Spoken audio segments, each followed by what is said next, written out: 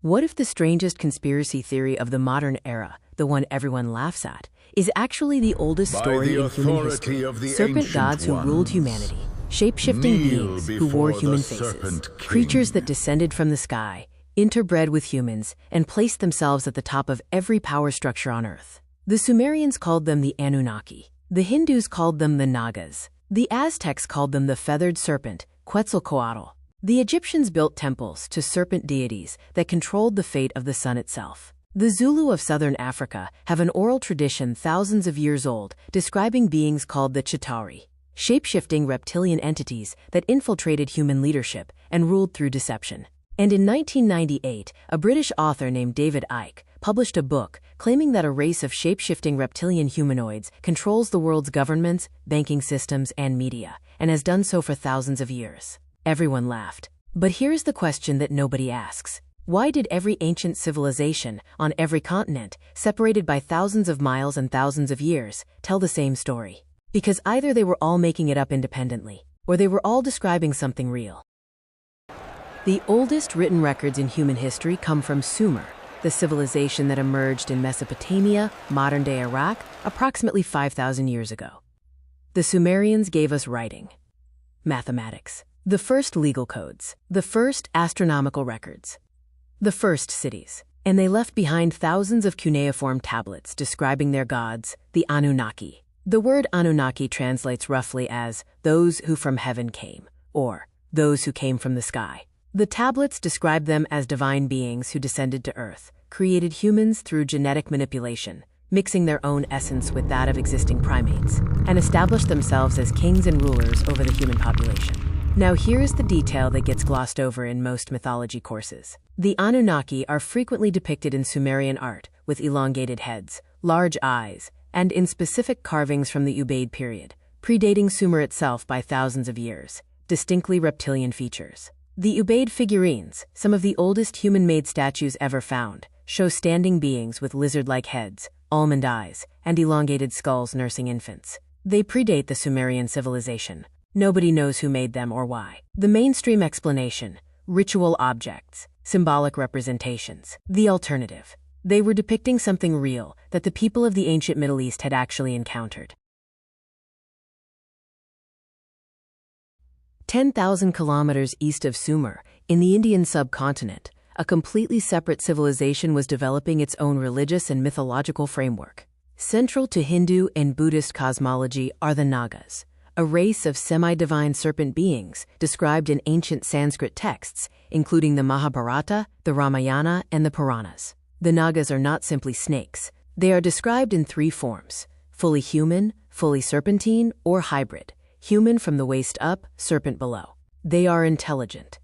They speak. They rule. They interbreed with humans. The offspring of Naga-human unions are described as exceptionally powerful and are represented throughout Indian royal genealogy. They live in an underground kingdom called Naga-loka, or Patala, a vast subterranean civilization described as being more beautiful and more advanced than the surface world. Their capital city is ruled by the great Serpent King. And crucially, the Nagas are not monsters. They are not inherently evil. They are rulers, advisors, teachers, beings who possess knowledge that humans do not have. The texts describe specific human dynasties, including several that correspond to documented historical kingdoms as having Naga bloodlines. Royalty descended from serpent beings. Royal bloodlines, serpent ancestry. Underground kingdoms, interbreeding with humans. The same story, different continent, different language, different millennium. If the same beings appear in the oldest texts on every continent, and nobody has explained why, subscribe. Things that shouldn't exist goes this deep every single week. Cross the Pacific Ocean, an expanse so vast that no pre-Columbian civilization is believed to have bridged it, and you find the same story waiting for you.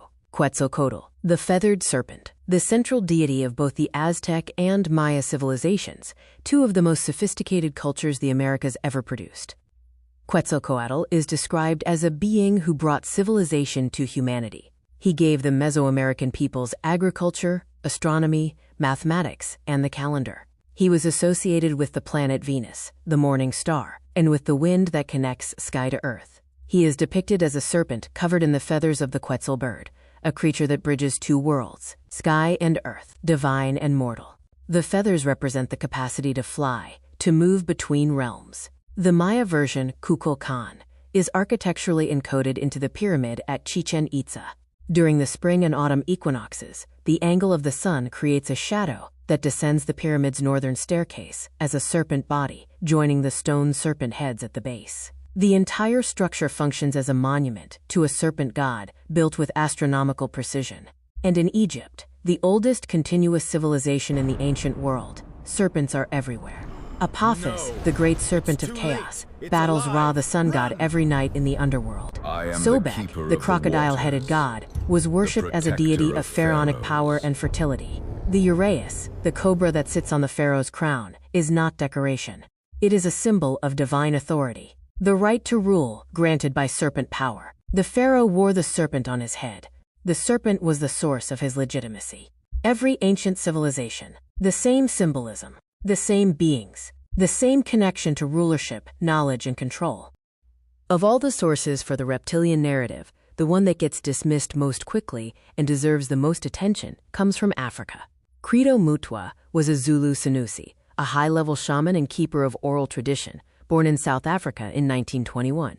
He died in 2020 at the age of 98. He spent his life as the custodian of Zulu oral history, stretching back thousands of years. His testimony about the Chitauri, which he gave in extensive recorded interviews, describes beings that appear in Zulu tradition as the original hidden rulers of humanity, shape-shifting entities capable of appearing human, beings that Zulu oral history says arrived long ago, interbred with human populations, and placed their hybrid offspring in positions of power. The word Chitauri translates roughly as the dictators, or those who tell us what to do. Mutwa was not a conspiracy theorist. He was not familiar with David Icke when he first gave this testimony. He was a keeper of an oral tradition that his culture had maintained for generations, a tradition that, when he described it to Western researchers, turned out to describe almost identical beings to those described in Sumerian tablets, Hindu epics, and Mesoamerican mythology.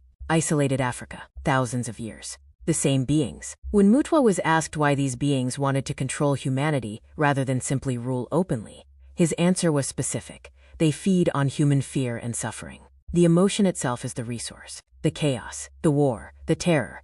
It isn't a side effect of their control. It is the point.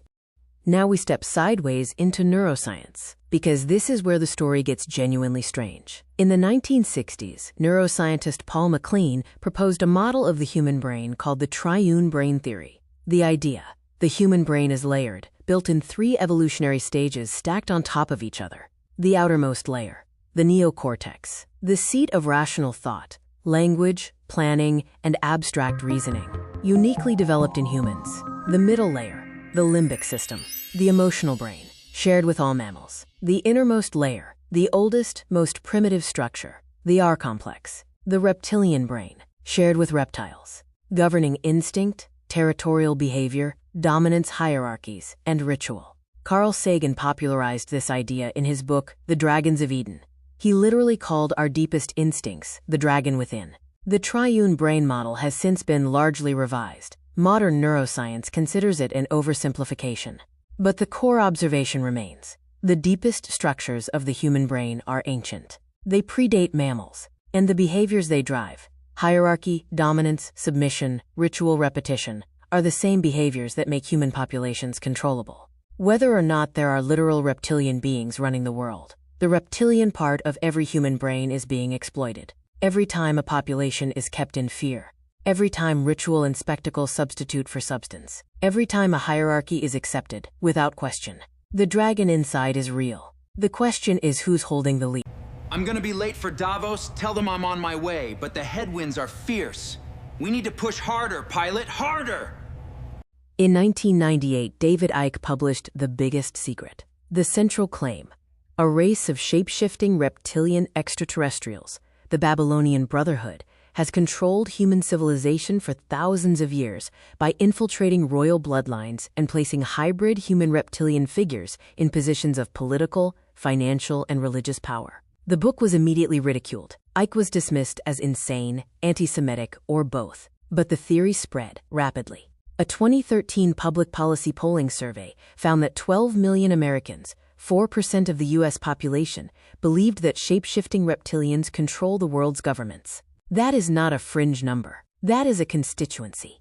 Why does it persist? Not because 12 million people are stupid, but because the theory, stripped of its literal reptilian content, describes something that feels true. The idea that powerful people don't experience the world the way ordinary people do. That they lack empathy, that they operate by different rules, that the faces they present in public are not their real faces. Every major whistleblower and investigative journalist in the last century has described, in different language, a permanent class of power that operates above democratic accountability. That treats populations as resources. That feels, to those who encounter it, genuinely inhuman. The reptilian theory is what happens when that perception, which has substantial documented basis, gets expressed as mythology instead of political analysis. 6,000 years of Sumerian tablets, Hindu epics describing underground kingdoms of serpent kings. The feathered serpent encoded into a pyramid that functions as an astronomical computer.